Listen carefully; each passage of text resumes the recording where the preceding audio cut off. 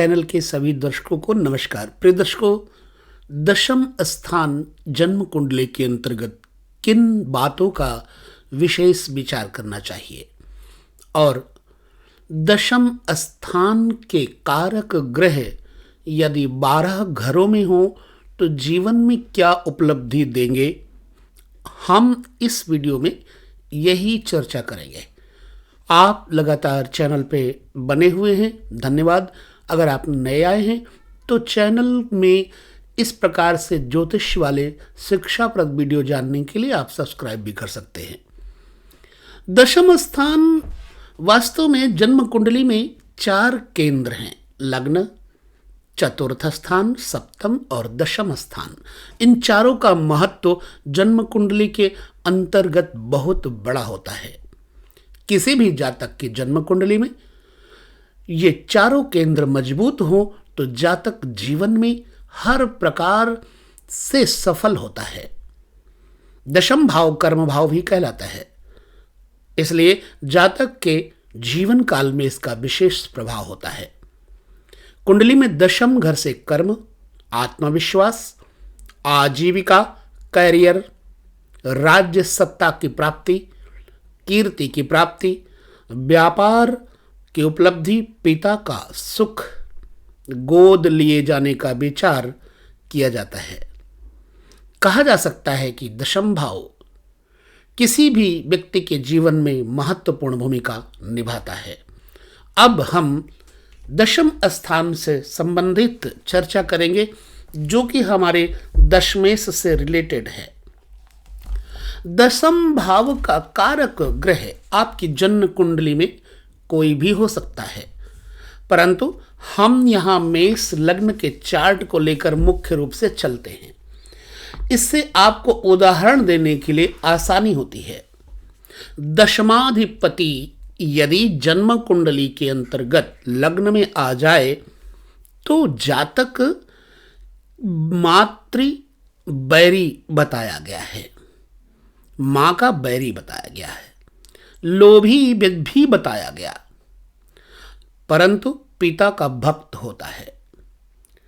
बचपन में ही पितृहीन बन जाता है, सुखी भी होता है किन्हीं परिस्थितियों के हिसाब से।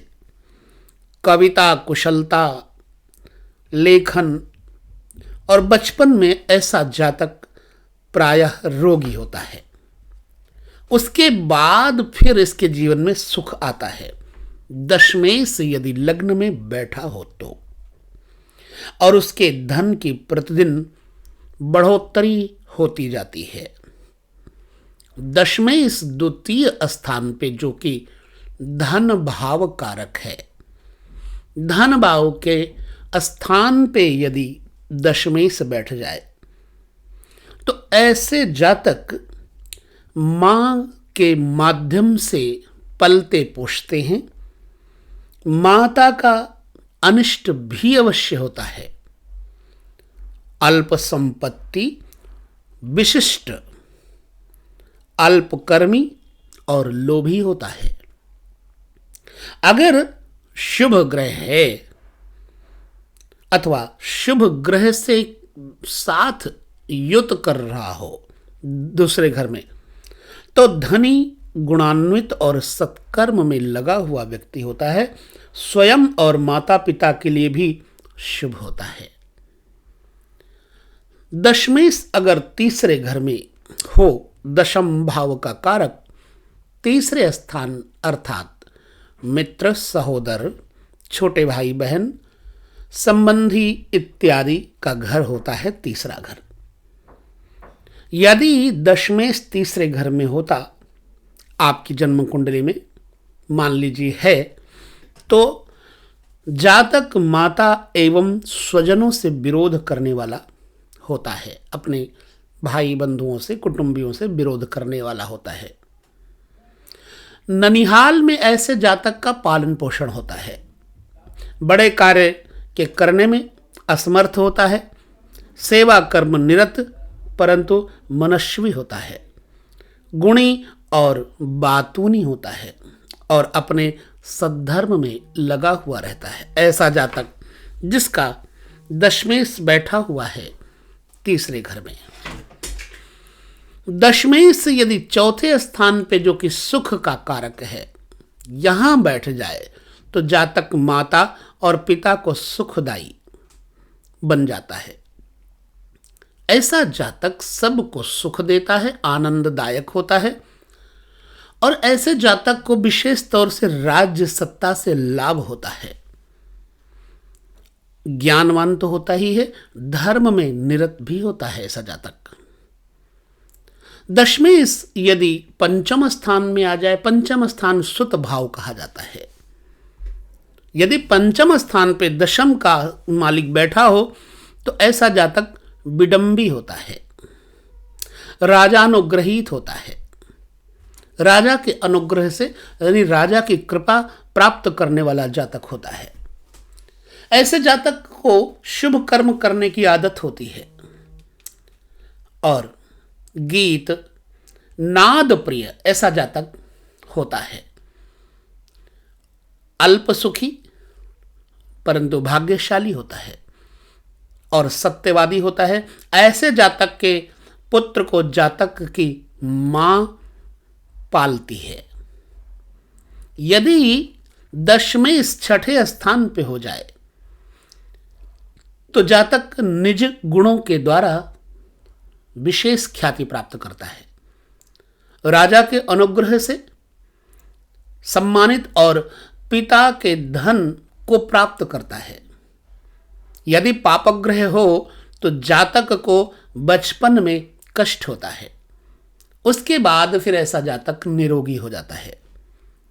लड़ाई झगड़े में प्रायः ऐसा जातक लगा रहता है, कामासक्त होता है, यानी कि स्त्री सुख की तरफ आसक्ति इसके अंदर रहती है। सुखी, धनवान, सत्यप्रिय और यदि दैववश शत्रुओं से बच जाए तो ऐसा जातक दीर्घजीवी होता है। दशमेश यदि सप्तम स्थान जो कि जाया का भाव है, पत्नी का भाव है, गृहस्थ का भाव है, दसम स्थान का मालिक सप्तम स्थान में हो तो जातक की स्त्री अनेक पुत्रवान होती है। यानी इस व्यक्ति की स्त्री जातक को पुत्र सुख देने वाली होती है और सच बोलने वाली भी होती है। ऐसी स्त्री, ऐसे जातक की स्त्री रूप लावण्य से भरपूर और ऐसे जातक की स्त्री सास की सेवा में निरंतर सुख मानती है। अब दशमेश यदि चला जाए आठवें घर में तो आठवें घर को कहा गया है त्रिक भाव और यह मृत्यु का स्थान होता है। ऐसे जातक प्रायः चोर होते हैं, ऐसा हमारे ज्योतिष शास्त्र का कथन है। धूर्त होते हैं, झूठ बोलने वाले अर्थात मिथ्यावादी होते हैं।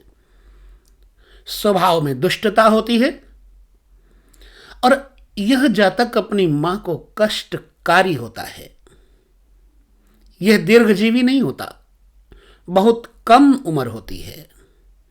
यदि शुभ ग्रह है तो यह फल शुभ होगा, अन्यथा या जितने अशुभ बातें कही गई हैं सभी बातें उसके ऊपर घटित होती हैं। दशमेश यदि नवम स्थान में हो जाए तो जातक अच्छे भाई बंधुओं से विशेष सुख प्राप्त करते हैं और चरित्रवान होता है जातक।